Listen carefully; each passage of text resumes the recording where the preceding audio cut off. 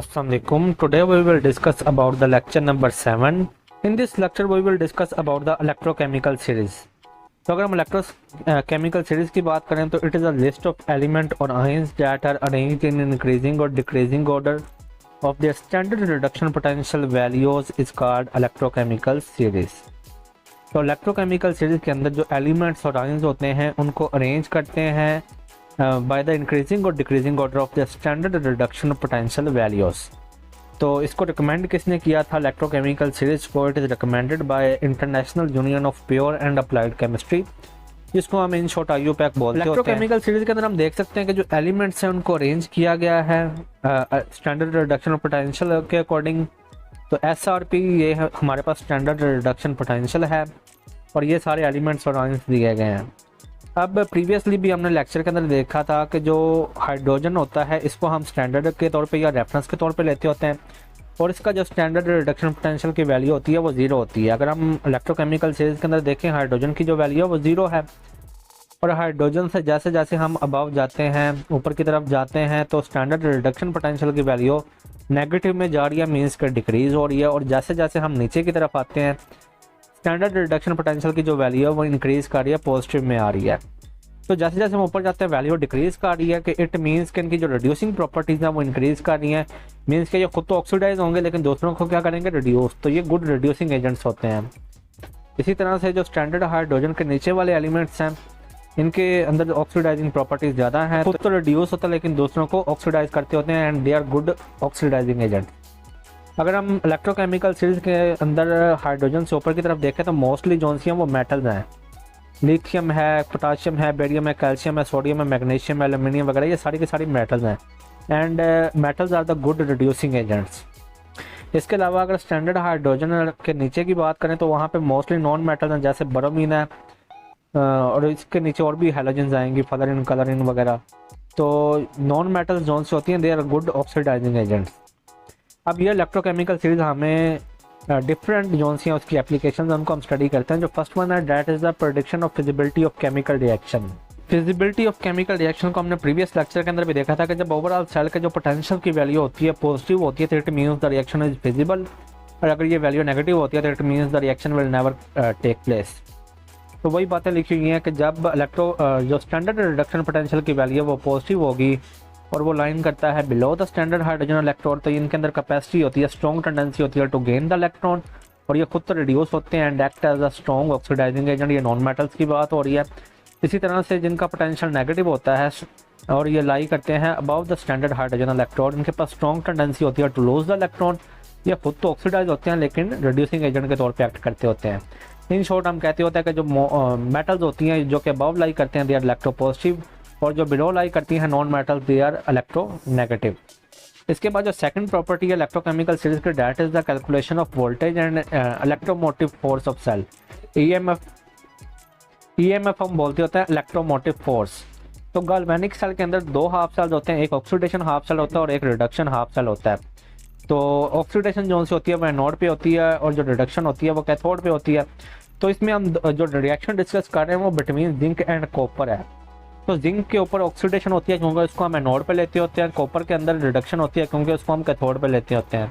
अब हम जिंक को ही क्यों, जिंक के अंदर भी ऑक्सीडेशन हो सकती है, कॉपर के अंदर भी ऑक्सीडेशन हो सकती है, लेकिन हम एनोड पोजीशन पे जिंक को दे रहे हैं, कॉपर को नहीं ले रहे। तो ये जो सी मिस्ट्री है इसको सॉल्व करेगी इलेक्ट्रोकेमिकल सीरीज। अगर हम इलेक्ट्रोकेमिकल सीरीज के अंदर देखें सबसे पहले जिंक और कॉपर की अगर हम पोजीशंस को देखें तो जिंक की जो सी पोजीशन है वो यहाँ पे है,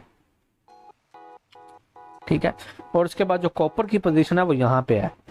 अगर हम इसके अंदर देखें जो जिंक है वो अबव लाई कर रहा है इलेक्ट्रोकेमिकल सीरीज के अंदर, जबकि जो कॉपर है ये बिलो लाई कर रहा है। तो जो मेटल जोन सी होगी या जो मेटल का मेटल जोन सी होगी वो अबव लाई करेगी इलेक्ट्रोकेमिकल सीरीज के अंदर, उसको हमेशा हम एनोड पे लेते होते हैं क्योंकि इसके ये क्या होता है इसके अंदर ऑक्सीडाइजिंग प्रॉपर्टी ज़्यादा होती है और ये रिड्यूसिंग एजेंट के तौर पे एक्ट करती होती है। और इसी तरह से जो मेटल बिलो होगी उसको हम कैथोड पे लेते होते हैं क्योंकि इसके अंदर खुद तो रिडक्शन होती है और ऑक्सीडाइजिंग एजेंट के तौर पे इसकी प्रॉपर्टीज रिएक्ट करती हैं। तो दैट्स वाइज जो जिंक है इसको हम एनोड पे हमेशा लेते होते हैं और कॉपर को हम कैथोड पे लेते होते हैं। इसके अलावा इसका जो पोटेंशियल है ऑक्सीडेशन पोटेंशियल और रिडक्शन पोटेंशियल दोनों इलेक्ट्रोड के पोटेंशियल को अगर हम सम करें तो हमारे पास ओवरऑल आंसर जो है वो 1.10 वोल्ट आ जाता है। और देखें ये आंसर पॉजिटिव में है, अगर पॉजिटिव में आंसर आता है it means the reaction is feasible अगर हम कॉपर को कैथोड पे एनोड पे ले लेते तो हमारा जो रिएक्शन की वैल्यू थी वो नेगेटिव आनी थी और ये रिएक्शन जो सा था वो फिजिबल ही नहीं होना था। इसके बाद जो नेक्स्ट प्रॉपर्टी इलेक्ट्रोकेमिकल सिंथेसिस की, that is the comparison of relative tendency of metal and non metal to get oxidize और रिड्यूस। अब जो मेटल के ऑक्सीडाइज और जो नॉन मेटल है उनके रिड्यूस होने की जो प्रॉपर्टी है उसका कंपैरिजन भी हमें इलेक्ट्रोकेमिकल सीरीज बताती है। वैल्यू ऑफ रिडक्शन पोटेंशियल जोन सी होगी वो ऑफ मेटल और नॉन मेटल। अगर हम देखें तो वही बात की है कि जितनी ज्यादा स्टैंडर्ड रिडक्शन की पोटेंशियल की वैल्यू ज्यादा होगी, मीन्स के पॉजिटिव में होगी, तो उतनी ज्यादा ग्रेटर उसकी टेंडेंसी होगी टू एक्सेप्ट द इलेक्ट्रॉन और वो उतने ज्यादा गुड ऑक्सीडाइजिंग एजेंट होंगे। तो जैसे जैसे जोन से एलिमेंट्स होंगे वो स्टैंडर्ड हाइड्रोजन से नीचे की तरफ आते जाएंगे, यानी कि पॉजिटिव उनका पोटेंशियल होता जाएगा, पोटेंशियल इंक्रीज होगा, तो वैसे वैसे उनकी जो टेंडेंसी होगी टू एक्सेप्ट द इलेक्ट्रॉन वो इंक्रीज होगी। मतलब कि उनके अंदर जो रिडक्शन की कैपेबिलिटी है वो अपने अंदर रिडक्शन की जो कैपेबिलिटी है वो इंक्रीज करेंगे। तो इसी तरह से वो गुड ऑक्सीडाइजिंग एजेंट के तौर पे काम करेंगे। नीचे एग्जांपल दी गई हैं, जिस तरह आयंस हैं लाइक एरम आयन है, प्लाटिनम आयन है, सिल्वर है और कॉपर है। इसके अलावा जो से नॉन मेटल आयन है जिसमें हेलोजन्स आ जाती हैं, फ्लोरीन, क्लोरीन, ब्रोमीन और आयोडीन, ये लाई करती हैं below the standard hydrogen electrode और इनके पास स्ट्रॉन्ग टेंडेंसी होती है टू गेन द इलेक्ट्रॉन। और इसी तरह से ये खुद क्या करते हैं, इनके अंदर क्या होती है, रिडक्शन होती है। अब ये जोन से आयंस है, एरम है, प्लाटिनम है, मरकरी है, सिल्वर है और कॉपर है, ये भी जोन से आयंस है, ये बिल्कुल जोन से हाइड्रोजन के करीब लाई करते हैं और बिलो पोजीशन पे लाई करते हैं, यानी कि इनका भी पोटेंशियल पॉजिटिव में है। लेकिन जोन सी नॉन मेटल ना, फ्लोरीन, क्लोरीन, ब्रोमीन, आयोडीन और ये बहुत ज़्यादा बिलो होती हैं than the standard hydrogen electrode. तो दैट्स वाई इनके अंदर ज़्यादा स्ट्रॉन्ग टेंडेंसी होती है to gain the electron and they undergo the reduction. इसके अलावा अगर हम मेटल्स की बात करें, जिस तरह लिथियम है, पोटाशियम है, कैल्शियम है और सोडियम है, ये अबव लाई करती हैं, टॉप ऑफ द सीरीज लाई करती हैं। तो दैट्स वाई इनके अंदर गुड रिड्यूसिंग एजेंट की प्रॉपर्टीज होती हैं और ये खुद क्या होते हैं, ऑक्सीडाइज होते हैं। इसके अलावा जो नेक्स्ट प्रॉपर्टी है that is the chemical reactivity of metals. अब जो मेटल्स की रिएक्टिविटी होती है ये भी हमें इलेक्ट्रोकेमिकल सीरीज बताती होती है। जो केमिकल रिएक्टिविटी होती है और स्टैंडर्ड रिडक्शन पोटेंशियल है, इनका आपस में इनवर्स रिलेशन है। मीन्स के स्टैंडर्ड रिडक्शन पोटेंशियल की वैल्यू जितनी ज़्यादा ग्रेटर होगी उतनी ही वीकर टेंडेंसी होगी टू रिएक्ट विद मेटल, उतना ही यानी कि स्मॉलर टेंडेंसी होगी to lose the electron to change into positive ion and slower will be its reactivity. तो इनका आपस में इनवर्स रिलेशन है। स्टैंडर्ड रिडक्शन पोटेंशियल की वैल्यू ज़्यादा तो रिएक्टिविटी कम, और स्टैंडर्ड रिडक्शन पोटेंशियल की वैल्यू कम होगी तो रिएक्टिविटी की वैल्यू ज़्यादा होगी। नीचे एग्जांपल दी गई है, जिस तरह मेटल आयंस जोन से होते हैं लिथियम, सोडियम, पोटाशियम और लेड वगैरह, ये हाईली रिएक्टिव होते हैं। और इसी तरह से जो कॉइनेज मेटल्स होते हैं जिस तरह कॉपर है, सिल्वर है और आयरन है, ये क्लोज लाई करते हैं और इनकी जो स्टैंडर्ड रिडक्शन ये लीस्ट रिएक्टिव होते हैं क्योंकि ये स्टैंडर्ड हाइड्रोजन इलेक्ट्रोड के बिलो लाई करते हैं। और इसी तरह जो मेटल्स होती हैं लाइक पीबी यानी कि लेड है, टिन है, निकल है, कोबाल्ट है और कैडमियम है, ये वेरी क्लोज लाई करते हैं टू स्टैंडर्ड हाइड्रोजन इलेक्ट्रोड। तो that's why they are moderately reactive, उनका जो रिएक्शन होता है वो बहुत ज़्यादा स्लो होता है। इसके अलावा कुछ मेटल्स हैं जिनमें आ जाती है आयरन है, क्रोमियम है, जिंक है, मैंगनीज है, एल्यूमिनियम और मैग्नीशियम है, which have more electronegative reduction potential. इनका जो रिडक्शन पोटेंशियल की वैल्यू वो नेगेटिव होती है, तो ये रिएक्ट करती हैं और क्या बनाती होती हैं, ये मेटालिक ऑक्साइड्स बनाती होती हैं, जिस तरह क्रोमियम ऑक्साइड होगी, जिंक ऑक्साइड होगी, मैग्नीशियम ऑक्साइड होगी, एल्यूमिनियम ऑक्साइड होगी, साथ हाइड्रोजन गैस को लिबरेट करते हैं। इसके बाद जो नेक्स्ट प्रॉपर्टी है that is the reaction of metal with dilute acid. अब जो एसिड के साथ जो मेटल का रिएक्शन होता है ये भी हमें इलेक्ट्रोकेमिकल सीरीज बताती है। तो जो मेटल का एसिड के साथ रिएक्शन होगा वो भी स्टैंडर्ड रिडक्शन पोटेंशियल के इनवर्स रिलेशन में होगा। मीन्स के जितनी ज़्यादा ग्रेटर स्टैंडर्ड रिडक्शन पोटेंशियल की वैल्यू होगी उतनी ज़्यादा जो एलिमेंट होगा, जो आयन होगा, उसकी लेस टेंडेंसी होगी टू लूज द इलेक्ट्रॉन और उतनी ही उसकी वीकर टेंडेंसी होगी to displace the hydrogen from the acid. जो स्ट्रॉन्ग एसिड होता है वही होता है जो हाइड्रोजन को इजीली या स्ट्रॉन्गली डिस्प्लेस करता होता है। तो स्टैंडर्ड रिडक्शन पोटेंशियल की वैल्यू अगर ज़्यादा होगी तो वीकर होगी टेंडेंसी टू डिस्प्लेस हाइड्रोजन, तो डैट पर रिएक्शन उतना ही यानी कि स्लो होगा।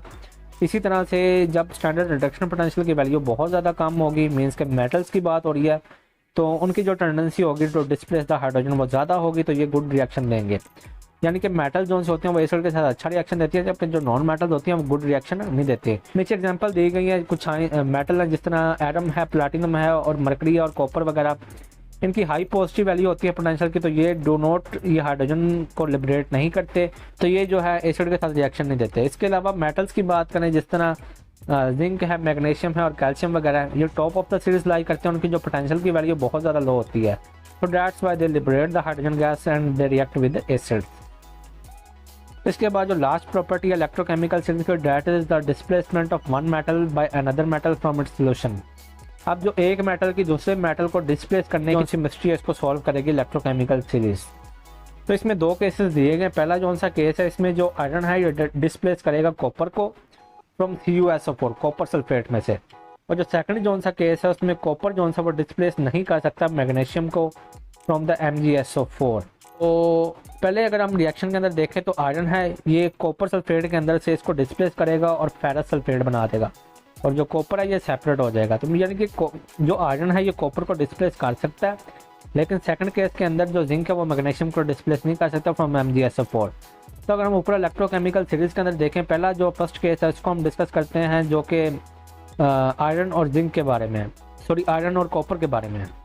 तो आयरन की अगर हम पोजीशन को देखें तो आयरन की पोजीशन यहाँ पे है, जबकि जो कॉपर की पोजीशन है वो यहाँ पे है।